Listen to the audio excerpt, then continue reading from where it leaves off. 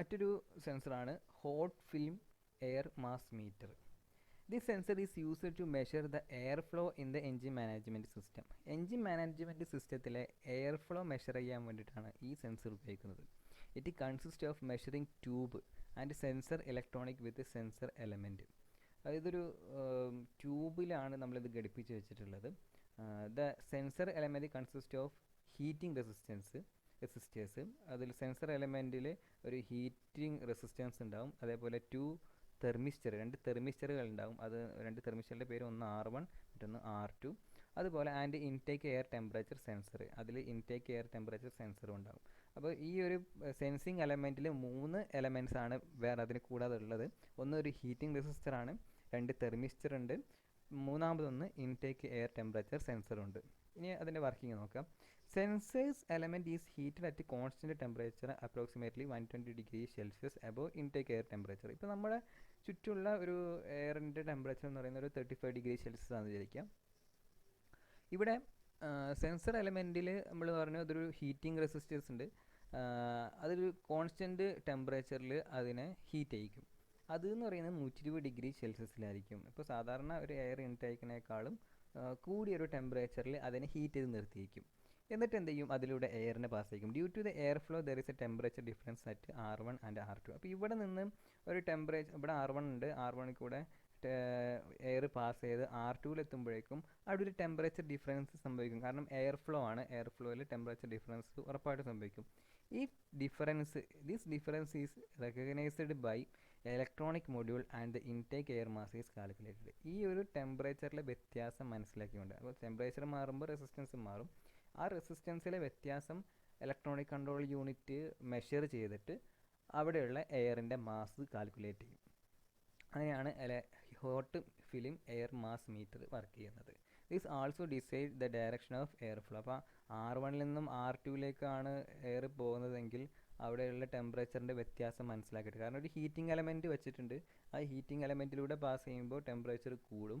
ആ ടെമ്പറേച്ചർ കൂടുന്നതനുസരിച്ചിട്ട് എവിടെയാണ് ടെമ്പറേച്ചർ കൂടുതൽ, എവിടെയാണ് ടെമ്പറേച്ചർ കുറവ്, അത് നോക്കിയിട്ട് എയറിൻ്റെ ഫ്ലോ എവിടെ നിന്ന് എങ്ങോട്ടാണ് എന്നുള്ളത് മനസ്സിലാക്കാൻ പറ്റും. ചുരുക്കി പറഞ്ഞു കഴിഞ്ഞാൽ ഒരു ഹീറ്റിംഗ് എലമെൻ്റ് ഉണ്ടാകും. ആ ഹീറ്റിംഗ് എലമെൻറ്റിൽ കൂടെ എയറിനെ പാസ് ചെയ്യിക്കും. എയറിനെ പാസ് ചെയ്യിക്കുന്ന സമയത്ത് കടന്നു വരുന്ന എയറിന് 35°C ഉണ്ടെങ്കിൽ ഇപ്പോൾ ഈ 120°C ഹീറ്റ് ചെയ്തിരിക്കുന്ന ഹീറ്റിംഗ് എലമെൻറ്റിലൂടെ പാസ് ചെയ്ത് കഴിയുമ്പോൾ ഇതിൻ്റെ ടെമ്പറേച്ചർ ഏകദേശം കൺവെക്ഷൻ സംഭവിച്ചിട്ട് ചിലപ്പോൾ ഒരു 90°-ലേക്കോ അല്ലെങ്കിൽ ഒരു 50°-ലേക്കൊക്കെ ആയി എന്ന് വിചാരിക്കും, ഒരു ഉദാഹരണം. അപ്പോൾ കടന്നു വരുന്ന എയർ 35°C അതിൽ കൂടെ പാസ് ചെയ്തിട്ട് അപ്പുറത്തെത്തുന്ന എയർ 50°C ആകുമ്പോൾ കടന്നു വരുന്ന എയർ ഏത് ഭാഗത്തു നിന്നാണ്, അതേപോലെ പുറത്തേക്ക് പോകുന്ന ഏത് ഭാഗത്തു നിന്നുള്ളതാണ് ഈസി ആയിട്ട് മെഷർ ചെയ്യാൻ പറ്റും. അതേപോലെ തന്നെ എയറിൻ്റെ മാസും മെഷർ ചെയ്യാൻ പറ്റും. ഇനി മറ്റൊരു സെൻസറാണ് ലാംഡ സെൻസർ. എന്ന് വെച്ച് കഴിഞ്ഞാൽ ഓക്സിജൻ സെൻസർ, അതിൻ്റെ മറ്റൊരു പേരാണ് ലാംഡ സെൻസർ. നമ്മൾ മുമ്പ് ക്ലാസ്സുകളിലൊക്കെ പറഞ്ഞിട്ടുണ്ട് ലാംഡ സെൻസറുകളെ കുറിച്ചിട്ട്. This sensor is normally used in petrol engine to decide the oxygen content in the exhaust gas. Exhaust ഗ്യാസിലുള്ള ഓക്സിജൻ കണ്ടൻറ്റ് മെഷർ ചെയ്യാൻ വേണ്ടിയിട്ടാണ് ഈ ടൈപ്പ് ലാംഡ സെൻസറുകൾ ഉപയോഗിച്ചിട്ടുള്ളത്. Based on the input from the sensor the ECU do minor correction to the amount of fuel being metered. ഈ input, ഈ ഒരു സെൻസറിൽ നിന്നുള്ള ഇൻപുട്ട് അനുസരിച്ചിട്ട് എക്സോസ്റ്റ് മാനിഫോൾഡിലാണ് ഈ ഒരു സെൻസർ ഫിറ്റ് ചെയ്യാറുള്ളത്. അപ്പോൾ അതിലുള്ള വ്യത്യാസം അനുസരിച്ചിട്ട് ഓക്സിജൻ്റെ കണ്ടൻറ്റ് അനുസരിച്ചിട്ട് ഫ്യൂവൽ എത്ര കൂടുതൽ കൊടുക്കണം, എത്ര കുറച്ച് കൊടുക്കണം എന്നൊക്കെ ഉള്ളത് ഇലക്ട്രോണിക് കൺട്രോൾ യൂണിറ്റ് തീരുമാനിക്കും. അപ്പോൾ ഓക്സിജൻ കണ്ടൻറ്റ് അകത്തേക്ക് കയറിയ ആ ഒരു ഓക്സിജൻ പുറത്തേക്ക് വരണം, അതിനനുസരിച്ചിട്ട് എത്ര ഓക്സിജൻ പുറത്തുണ്ട്, എക്സോസ്റ്റ് മാനിഫോൾഡിലൂടെ പുറത്തേക്ക് പോകുന്നുണ്ട്, അതൊക്കെ മെഷർ ചെയ്തിട്ട് അതിനനുസരിച്ചിട്ടുള്ള ഫ്യൂവൽ സപ്ലൈ ചെയ്യാൻ ECUനെ കൊണ്ട് ഈ ഒരു സെൻസറിൻ്റെ സഹായത്തോടെ സാധിക്കും. The difference in the oxygen content between the exhaust gas and ambient air causes a change in the electric voltage within the probe. അപ്പോൾ ഈ ഒരു പ്രോബ്, ഇപ്പോൾ ഈ സംഭവത്തിന് പറയുന്നതാണ് ലാംഡ സെൻസർ പ്രോബ്. പ്രോബിലുള്ള ഇലക്ട്രിക്കൽ വോൾട്ടേജിൻ്റെ വ്യത്യാസം, ആ വ്യത്യാസം എങ്ങനെയാണ് വരുന്നതെന്ന് വെച്ച് കഴിഞ്ഞാൽ എക്സോസ്റ്റ് ഗ്യാസിലും അതേപോലെ ആംബിയൻ്റ് എയറിലുമുള്ള എയറിൻ്റെ ചേഞ്ച്, അവിടെ ഒരു ഇലക്ട്രിക് വോൾട്ടേജിൽ ചേഞ്ചിങ് ഉണ്ടാക്കും. ആ ചേഞ്ചിങ് അനുസരിച്ചിട്ടാണ് ആ ഒരു ഓക്സിജൻ്റെ അളവ് ഇവിടെ സെൻസ് ചെയ്യുന്നത്. Changing the composition of the air fuel mixture produces a sudden voltage change by which lambda is equal to 1 can be identified.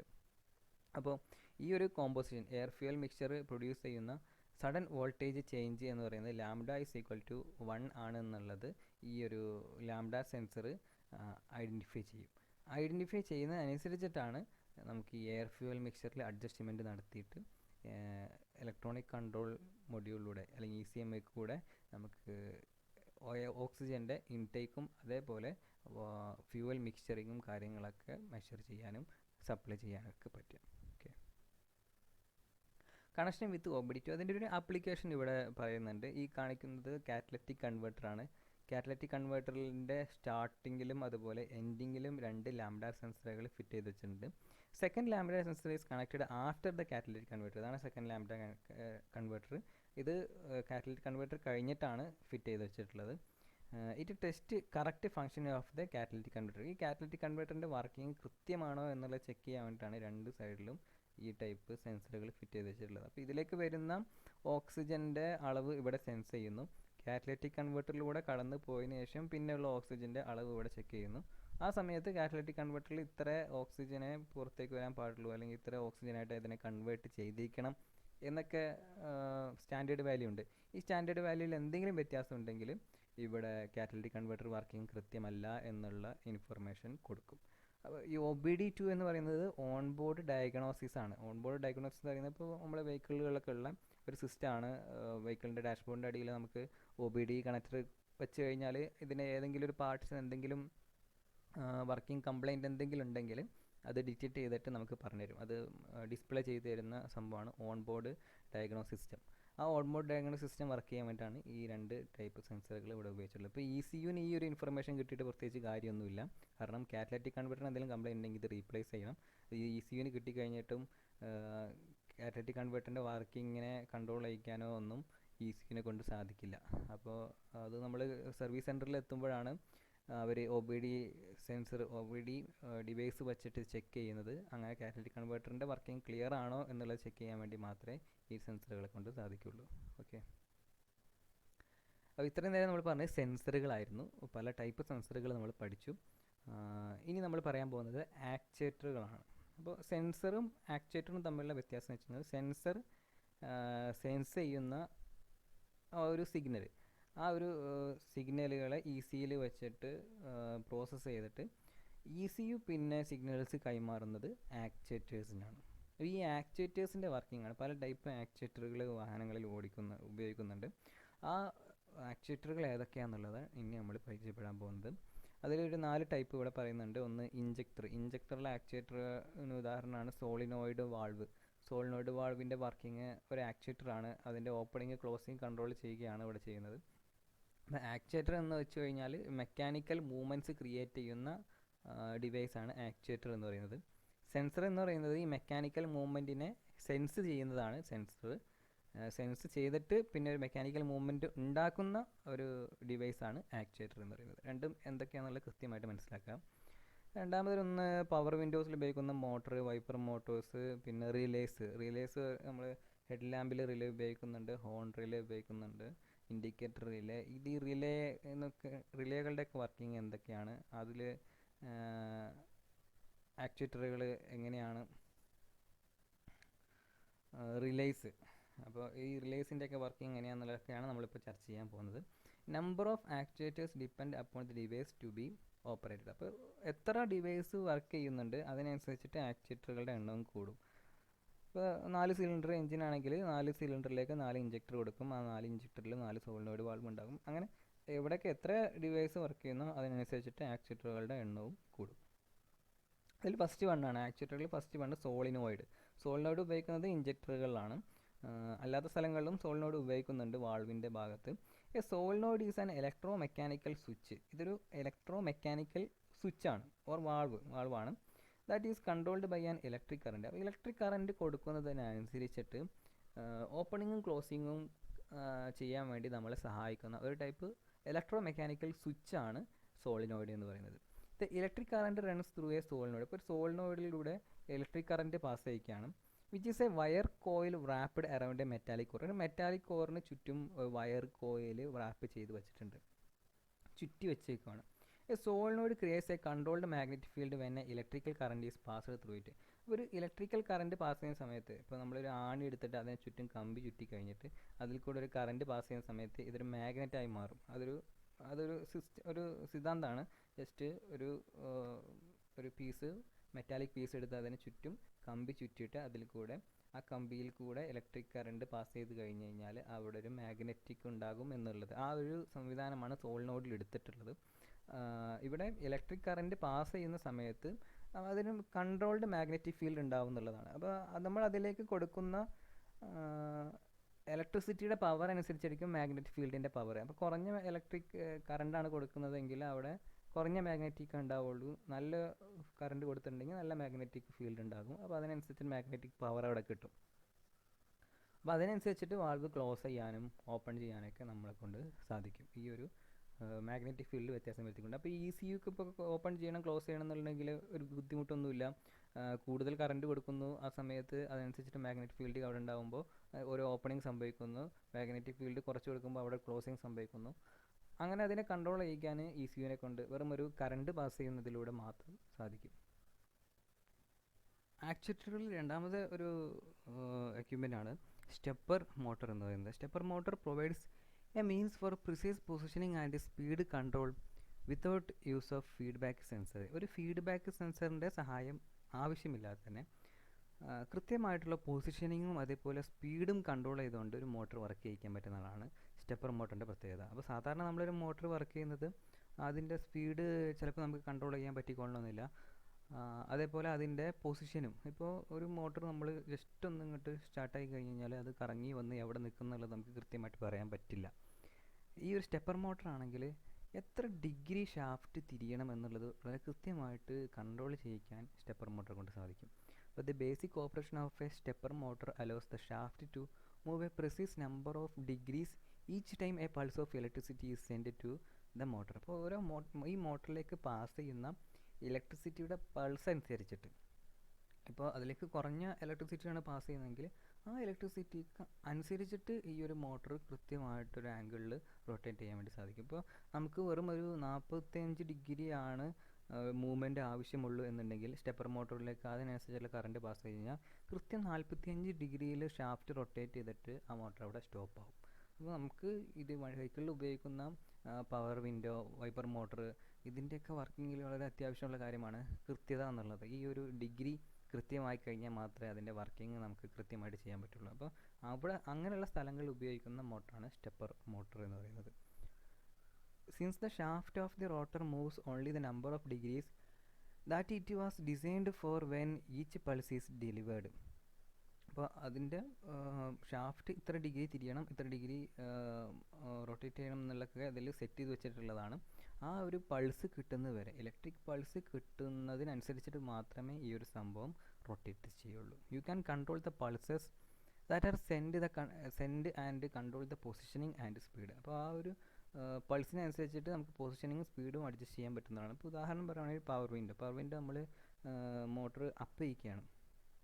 ആ അപ്പ് ചെയ്യിക്കുന്ന സമയത്ത് സ്വിച്ച് നമ്മൾ ഓണാക്കി പിടിച്ച് കഴിയുമ്പോൾ മോട്ടർ ഇത്ര ഡിഗ്രിയിൽ റൊട്ടേറ്റ് ചെയ്ത് കഴിയുമ്പോൾ നമ്മൾ സ്വിച്ച് എപ്പോൾ വിടുന്നോ അപ്പോൾ ഇത് സ്റ്റോപ്പ് ആവുന്നു. ഇപ്പോൾ സാധാരണ ഒരു മോട്ടറാണെങ്കിൽ അത് കറങ്ങിക്കൊണ്ടേയിരിക്കും. നമ്മളിപ്പം സ്വിച്ച് വിട്ട് കഴിഞ്ഞാലും കുറച്ചൊരു പൊസിഷനിൽ കൂടി വിൻഡോ മുകളിലേക്ക് ഉയരും. അത് ആക്കാൻ പാടില്ല. നമുക്ക് കൃത്യമായിട്ട് എവിടെ വെച്ച് വിൻഡോ സ്റ്റോപ്പ് ചെയ്യുന്നോ ആ കൃത്യമായ സ്ഥലത്ത് വെച്ചിട്ട് മോട്ടർ അത്ര ആംഗിളിൽ വെച്ചിട്ട് സ്റ്റോപ്പ് ചെയ്യാൻ സാധിക്കുന്നു. അതൊക്കെ സ്റ്റെപ്പർ മോട്ടറിൻ്റെ സഹായത്തോടെയാണ് അതിൻ്റെ വർക്കിംഗ് നടക്കുന്നത്. Then the rotor of the motor produces torque from interaction between the magnetic field in the stator and the rotor. ഈ റോട്ടറിനും സ്റ്റേറ്ററിനും ഇടയിൽ ഒരു മാഗ്നറ്റിക് ഫീൽഡ് ഉണ്ടാക്കുന്നുണ്ട്. സ്റ്റേറ്ററിനും റോട്ടറിനും, ഇതാണ് റോട്ടർ, ഇതാണ് സ്റ്റേറ്റർ. ഈ സ്റ്റേറ്ററിനും റോട്ടറിനും ഇടയിലുള്ള മാഗ്നറ്റിക് ഫീൽഡാണ് ഈ റൊട്ടേഷൻ കൺട്രോൾ ചെയ്യുന്നത്.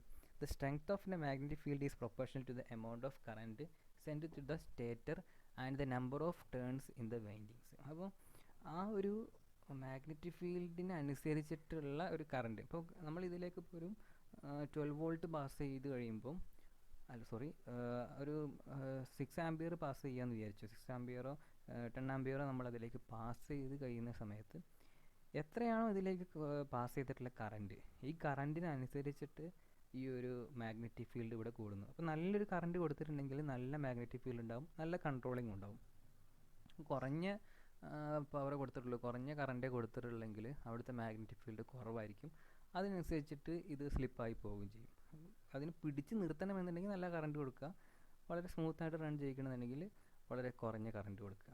അപ്പോൾ അതിനനുസരിച്ചിട്ട് നമുക്ക് ഈ ഒരു മോട്ടറിനെ ഈസി ആയിട്ട് കൺട്രോൾ ചെയ്യാൻ സാധിക്കും എന്നുള്ളതാണ് ഈ ഒരു സ്റ്റെപ്പർ മോട്ടറിൻ്റെ പ്രത്യേകത. അപ്പോൾ നമുക്ക് നമ്മുടെ ആപ്ലിക്കേഷൻ അനുസരിച്ചിട്ട് പല ഭാഗങ്ങളിലായിട്ട് വെഹിക്കിൾസിലെ സ്റ്റെപ്പർ മോട്ടർ ഉപയോഗിക്കാറുണ്ട്. ആക്ച്വേറ്ററിൽ മറ്റൊരു ആക്ച്വേറ്ററാണ് റിലേസ് എന്ന് പറയുന്നത്. റിലേ എന്ന് പറയുന്നത് യഥാർത്ഥത്തിൽ ഒരു സ്വിച്ച് തന്നെയാണ്. ഒരു മാഗ്നറ്റിക് സ്വിച്ചുകളാണ് റിലേ എന്ന് പറയുന്നത്. ഇതിന് രണ്ട് സർക്യൂട്ടുകളുണ്ട്, ഒന്ന് കൺട്രോൾ സർക്യൂട്ടും രണ്ടാമത്തേത് പവർ സർക്യൂട്ടും.